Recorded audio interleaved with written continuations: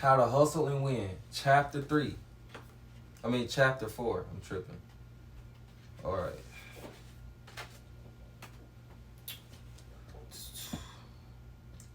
Jay-Z and Eminem, you scared to be you? Like them or not, Jay-Z and Eminem are two of the most powerful people in the hip hop game today. Beyond being incredible entertainers, they're highly successful businessmen as well. But almost 10 years back, when I was into the underground hip hop circuit, I remember hearing Jay-Z and Eminem's early music that shit was awful. Not only was it awful, nobody was buying it. Jay-Z is now a Grammy Award winning rapper, current president of the CEO of Def Jam and Rockefeller Records, co-owner of the 4040 Club, co-owner of the New Jersey Nets NBA team, importer of Armadale vodka, and co-founder of the Rocawear clothing line, which he sold in March 2007 for $204 million. He got a net worth of about $340 million. That's incredible, especially considering the fact he came up in a Marcy housing projects, slanging crack and never finished high school. But the first song I heard featuring Jay-Z was a record called Can I Get Open? Can I Get Open? Yeah, Can I Get Open by a group named Original Flavor. Around that time, the hot thing was the rapid fire delivery of rappers like Dats, EFX, and young Busta Rhymes, who was then a member of the leaders of the new school. Jay-Z tried that out a couple of the songs. Of course, you never heard those songs, right?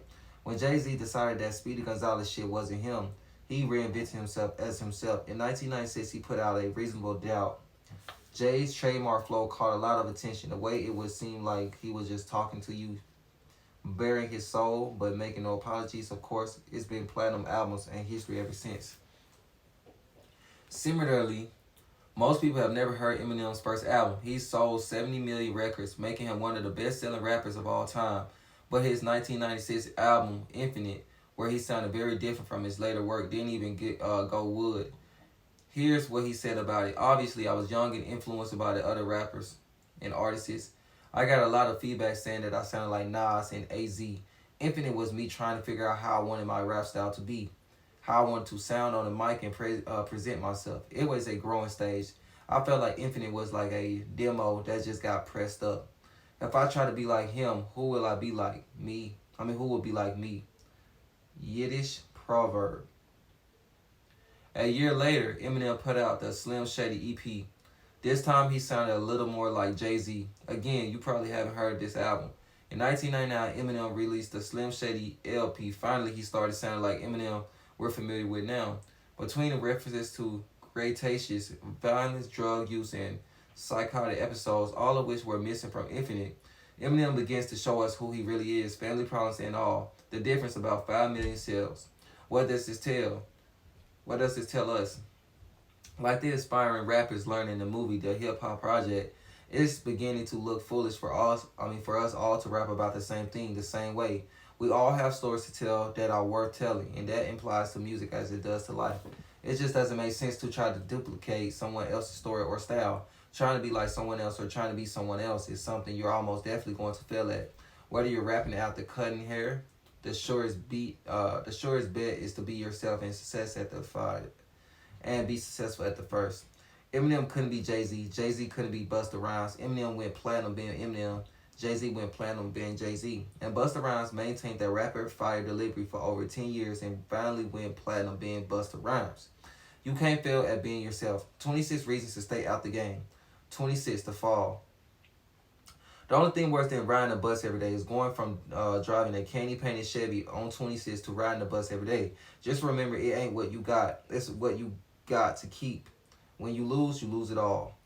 25, the IRS. When you start talking when you start talking all that money you making and start making those big purchases, and you can't prove where the money come from, or worse yet, that you gave a huge chunk of that money back to the government, you're either going to see a repo man or the inside of a cell for tax evasion.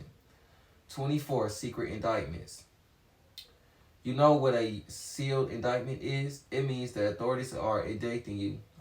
Indicting you, yeah. The authorities are indicting you, and you won't know about it until it's too late. They'll already have every nickname you ever used, every address you ever been at, and all of your phone conversations, and enough testimony against you to have you doing football numbers. By the time you find out they collected so much evidence against you that your lawyer will have to call spells to save you. Why else do you find that the feds have a 99% conviction rate besides the snitches? Before trial, after trial. Damn, that's crazy. It got money showing, like a lot of money. They got $3. Number 23, the ATF.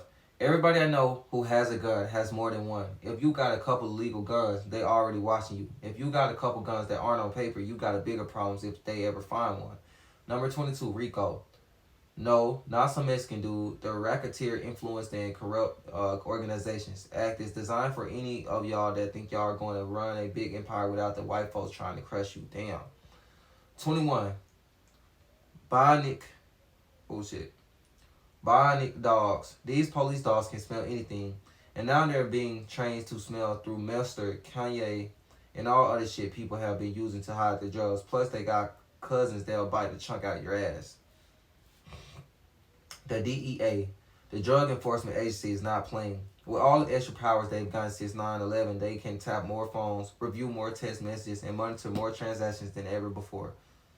19. Crooked cops. They'll single you out because you're black. They'll steal your dope and sell it to other hustlers. They'll plant shit on you if they can't catch you doing what they know you're doing.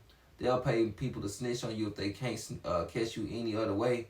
And they'll beat the shit out of you or shoot you if nobody's videotaping. That's fucking sad. Did you know average number of months white prisoners serve for a crime 24 months? Average number of months prisoners serve, black prisoners serve for the same crime is 26 months. Average numbers of months white prisoners serve for rape 56 months. Average number of months black prisoners serve for rape 70 months. Percent of drivers on Interstate 95 who are black. 20% of drivers pulled over and searched on I-95 who are black. 70. Group most likely to be script searched or X-rayed by U.S. customers officials when returning from overseas. Black women. The FBI, even though they basically handed over the drug game to the DEA and FBI ain't off the scene, if you're part of a big criminal enterprise or a large enough drug network, you're on their watch list. Number 17, 5-digit lords. Most hustlers haven't saved up enough money for the first week of a felony trial. You need to ask your lawyer how much they charge to defend on drug distribution charges. I guarantee it's no less than $10,000, no matter what dump you go to. Now imagine how much it would cost to get a good lawyer who can actually get you off. Number 16, 6-digit bail. Unless you own a house or two, you probably don't have much to offer to cover the whole bail amount.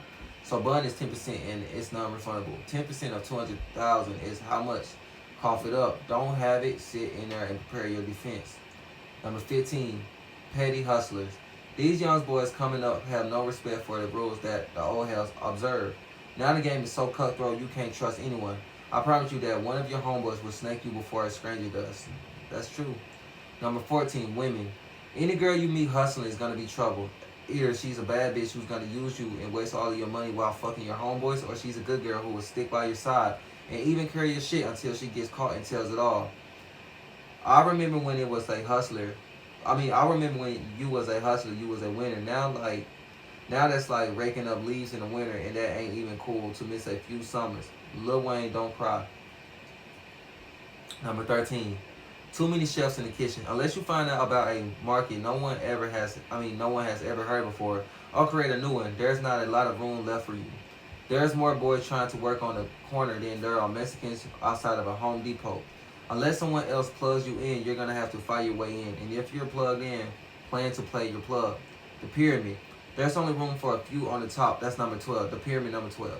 There's only room for a few on the top. There's plenty of disposable nobodies on the bottom. Those are the ones that come and go and nobody notices, slaving away while the fat cats on the top are making millions, moving major weight. Guess who goes to jail first? Oh, and where are you in the pyramid? Let me guess. Number 11, itty bitty cameras. There are over every rooftop and traffic light in the big cities now, and they can zoom in on the pimple on your nose. That's crazy. In fact, the average American is captured on surveillance camera more than 200 times a day. There are now at least 30 million active surveillance cameras in the U.S. and the numbers are growing. So smile, you're on candidate camera. Number 10, racism and sentencing. You will get more time than a white boy ever could for the same shit, guaranteed. And if you're on your second straight, you don't